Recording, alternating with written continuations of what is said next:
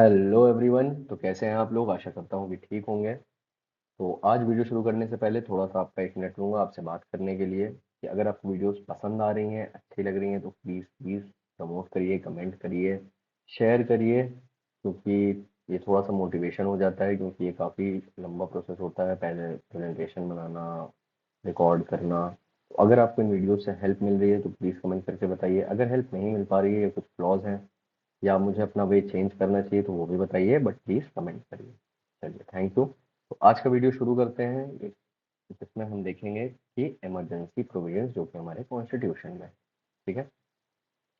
तो अब emergency provision सबसे पहले शुरू करने से पहले देखते हैं कहाँ पर दिया हुआ है। तो ये दिया हुआ है पार्ट 18 में।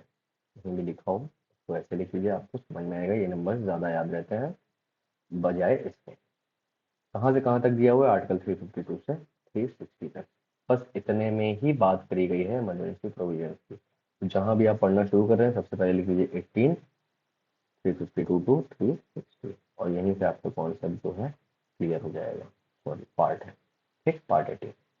चलिए, तो सबसे पहले शुरू करने से पहले कि इमरजेंसी क्या है ये जान लेते हैं कि इंडियन कॉन्स्टिट्यूशन को क्या बोला जाता है। बैग ऑफ बोरोज, मतलब हर जगह से कुछ ना कुछ चीज़ें ली हुई हैं, क्योंकि सबसे बाद में बना तो बहुत ऑप्शंस थे, और उस पूरे ऑप्शंस को यूटिलाइज करके सबसे लेंदीएस्ट कॉन्स्टिट्यूशन बना डाला है ना। और अब वही हमको पढ़ना पड़ रहा है। तो इमरजेंसी कहाँ से लिए गए हैं? इमरजेंसी को आप रिलेट कर सकते हैं जी वर्ड से। इमरजेंसी लिए गए हैं जर्मनी। इमरजेंसी लिए गए हैं का मतलब इमरजेंसी प्रोविजंस लिए गए हैं जर्मनी। ठीक है, सबसे पहले इसे याद रखिएगा। अब आर्टिकल्स जो है वो दिए हुए 352 से लेकर के 360 तक, लेकिन सारे आर्टिकल नहीं देखेंगे, वही देखेंगे जो मेनली पूछे जाते हैं और जो मेनली हर जगह आते हैं। तो सबसे पहले हमारा क्या है? तो सबसे पहले हमारा है यहाँ पर 352। 352 किसकी बात करता है? National emergency. उसके बाद 356 जो कि बात करता है स्टेट इमरजेंसी की, और उसके बाद है 360 जो कि बात करता है फाइनेंशियल इमरजेंसी। ठीक है, तो ये हमारे कॉन्स्टिट्यूशन में दिया हुआ है। अभी समझते हैं कि ये सब क्या है, लेकिन इससे पहले समझते हैं कि इमरजेंसी वर्ड का मतलब क्या होता है। इनका कोई भी रिलेशन इस चीज़ से नहीं है।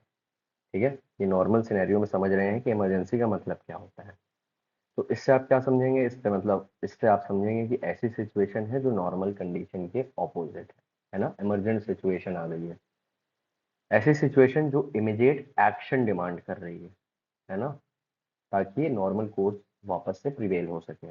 जैसे कि एक एग्जांपल देखते हैं कि कोई पेशेंट है, सिवियरली ब्लीड कर रहा है, तो उसे डॉक्टर्स फॉर्मेलिटी नहीं करवाएंगे। क्यों? क्योंकि उसमें उसका और ब्लड बह जाएगा और हो सकता है उसकी डेथ हो जाए। तो इमरजेंसी में उसका ट्रीटमेंट कर देंगे। अब देखिए, ये नॉर्मल सिचुएशन नहीं है। नॉर्मल सिचुएशन अगर किसी को हल्का सा कट लगा होता है या हल्का सा फीवर होता तो वो आता, पहले बैठता, नंबर लेता, तब जब उसका नंबर आता तब वो डॉक्टर को दिखाता। लेकिन क्योंकि इमरजेंसी सिचुएशन थी, ये बहुत ज़्यादा ब्लीड कर रहा था, तो उसे तुरंत जो है देखा गया है कि नॉर्मल कोर्स उसका प्रिवेल हो सके, ब्लड बहना रोक कर। ठीक है, तो ऐसे ही सिचुएशन अगर प्रिवेल होती हैं कंट्री में, तो उससे डील करने के लिए कॉन्स्टिट्यूशन में मेथड्स दिए हुए हैं और वेज दिए हुए हैं। 352 बात करता है नेशनल इमरजेंसी की, 356 स्टेट इमरजेंसी की, और 360 फाइनेंशियल इमरजेंसी की। 352 को हम एक नाम से और जानते हैं जिसे बोलते हैं प्रोक्लेमेशन ऑफ इमरजेंसी। अब ये क्यों इंपॉर्टेंट है? क्योंकि कहीं भी आपको लिखा हुआ मिल रहा है प्रोक्लेमेशन ऑफ इमरजेंसी, या एमसीक्यू में आप नहीं समझ पाते हैं नेशनल इमरजेंसी नहीं लिखा हुआ है, लिखा हुआ है प्रोक्लेमेशन ऑफ इमरजेंसी, मतलब कि आपसे जो भी क्वेश्चन पूछा गया उसका रिलेशन है नेशनल इमरजेंसी से। स्टेट इमरजेंसी को क्या बोलते हैं? Failure of constitutional machinery.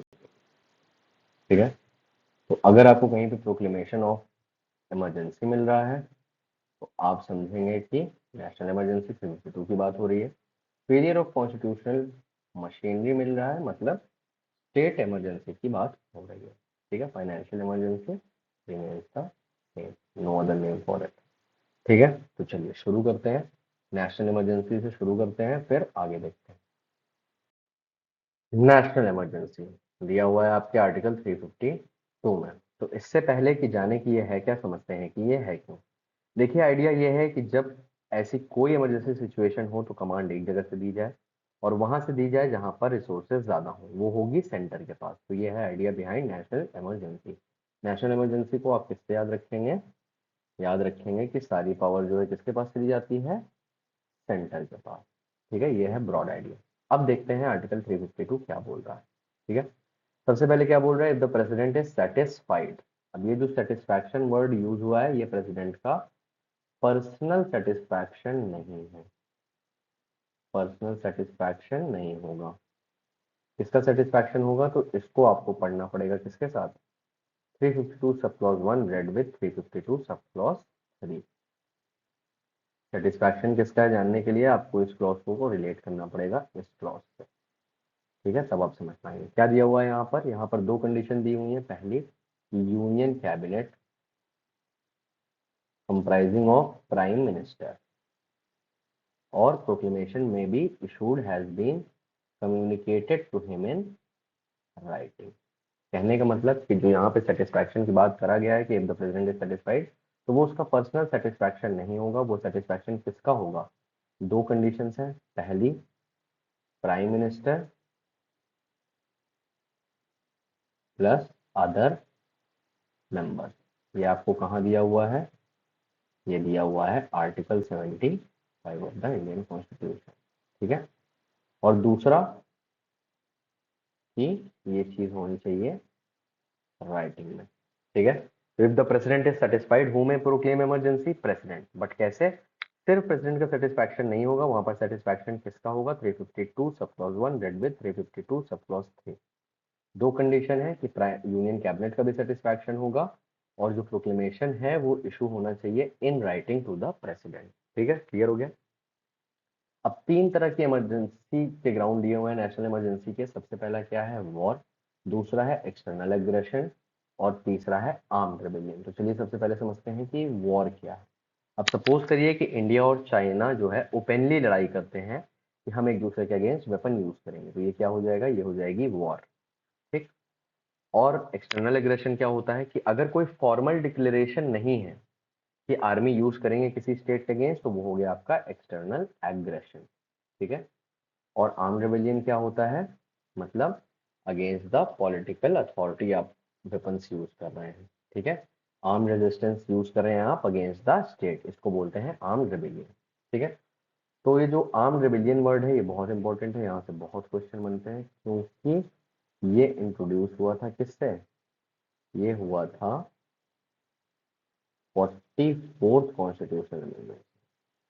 इससे पहले ये क्या था?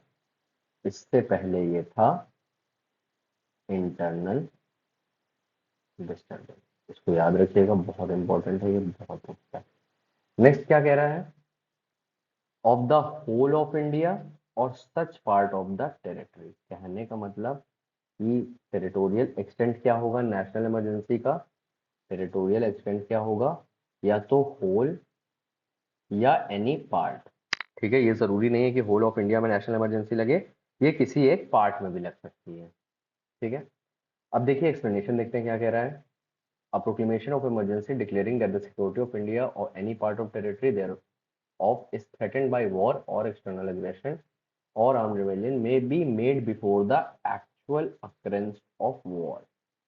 ठीक है, इसको याद रखिएगा, स्पेस को। एक्सप्लेनेशन बात कर रहा है मेड बिफोर एक्चुअल अकरेंस। देखिए इसका मतलब क्या हुआ? इसका मतलब ये हुआ कि जरूरी नहीं है कि वो सिचुएशन आ ही गई हो। अगर थ्रेट भी है, अगर थ्रेट भी है तो आप नेशनल इमरजेंसी जो है वो लगा सकते हैं। ठीक है, समझ में आ गया? कोई डाउट यहाँ तक किसी को भी? क्लियर है? चलिए आगे देखते हैं। देखते हैं 352 सब क्लॉज 4 जो कि बात करता है अप्रूवल बाय पार्लियामेंट। तो सबसे पहले बोल रहा है every proclamation issued under this article shall be laid before each house of parliament and shall cease to operate at the expiration of 1 month. क्या बोल रहा है? Expiration of 1 month unless before the expiration of that period it has been approved by resolutions of both houses of parliament, ठीक है, और each house. अब each house of parliament क्या होता है? एक होता है आपका लोकसभा, जिसे हम बोलते हैं हाउस ऑफ पीपल, एक होता है राज्यसभा, जिसे हम बोलते हैं काउंसिल ऑफ स्टेट, ठीक है, और ये बनाता है हमारा क्या? पार्लियामेंट, ठीक है। तो कह रहा है कि लिमिट दोनों हाउस से कितने में पास हो जाना चाहिए? 1 मंथ, ठीक। अगर इतने में पास नहीं होता है तो सीज टू ऑपरेट हो जाएगा, मतलब फिर वो रेजोल्यूशन पास हो गया, ये नहीं माना जाएगा। दूसरा क्लॉज कह रहा है provided that if any such proclamation is issued at a time when the house of people has been dissolve, ठीक है, मतलब हाउस ऑफ पीपल जो है आपका वो डिसॉल्व है, सेशन में नहीं है, ठीक।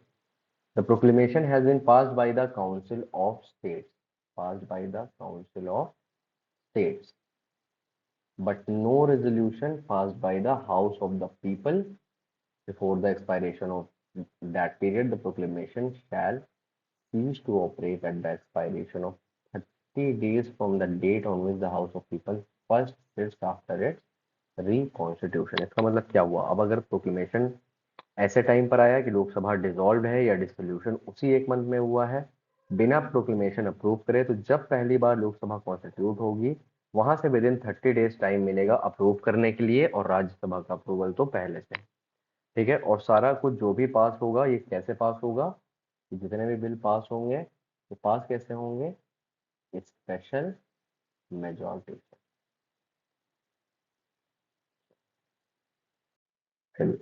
352 सब क्लॉज 8 में देख लेते हैं, स्पेशल सेटिंग ऑफ लोकसभा।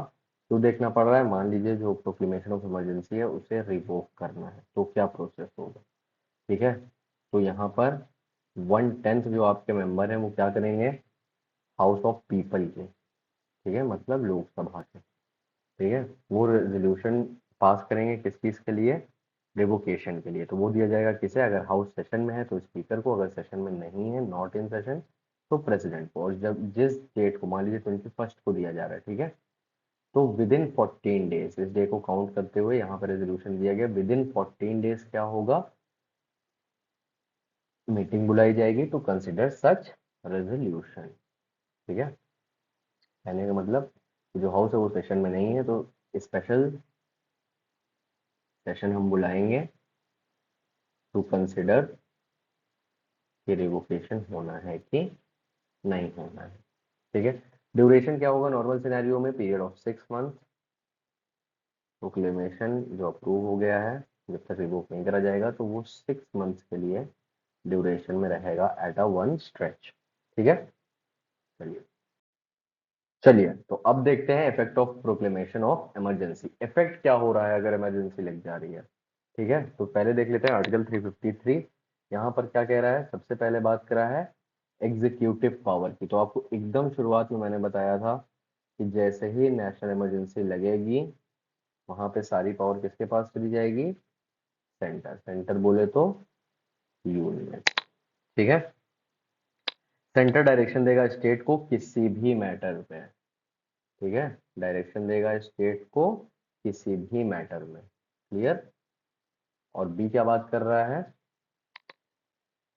कि power of parliament to make laws with respect to any matter shall include power to make laws conferring powers and imposing duties, ठीक है। मतलब एग्जीक्यूटिव एक्शन क्या हुआ कि सेंटर के पास सारा वो आ जाएगा, और लेजिस्लेटिव क्या हुआ कि पार्लियामेंट लॉज बना सकती है स्टेट सब्जेक्ट में भी, ठीक है। जब इमरजेंसी सीज हो जाएगी, ओवर हो जाएगी, उसके 6 मंथ तक ही ऐसे लॉज जो है वो वैलिड रहेंगे, ठीक है। तो एग्जीक्यूटिव एक्शन, एग्जीक्यूटिव क्या था कि सेंटर के पास सारी पावर आ जाएंगी, और लेजिस्लेटिव क्या है कि स्टेट सब्जेक्ट में भी पार्लियामेंट लॉज बना सकता है, और ऐसे लॉज की वैलिडिटी क्या होगी?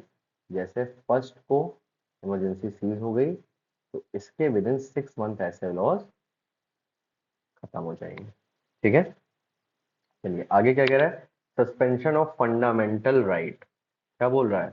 Suspension of fundamental right. सबसे पहले सस्पेंशन ऑफ आर्टिकल 19 की बात करते हैं। अगर ये ग्राउंड है वॉर और एक्सटर्नल एग्रेशन, ठीक है, आर्म्ड रेबेलियन नहीं है, तो क्या होगा, आर्टिकल 9 जो है वो सस्पेंड हो जाएगा।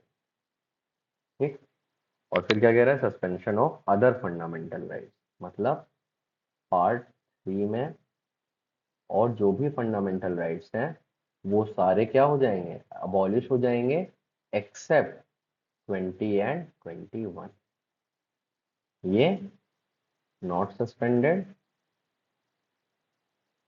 और पूरा पार्ट 3 सस्पेंडेड। ठीक है, जो अदर फंडामेंटल राइट्स, मतलब आप इनके इन्फोर्समेंट के लिए कोर्ट नहीं जा सकते। ठीक है, चलिए आगे देखते हैं।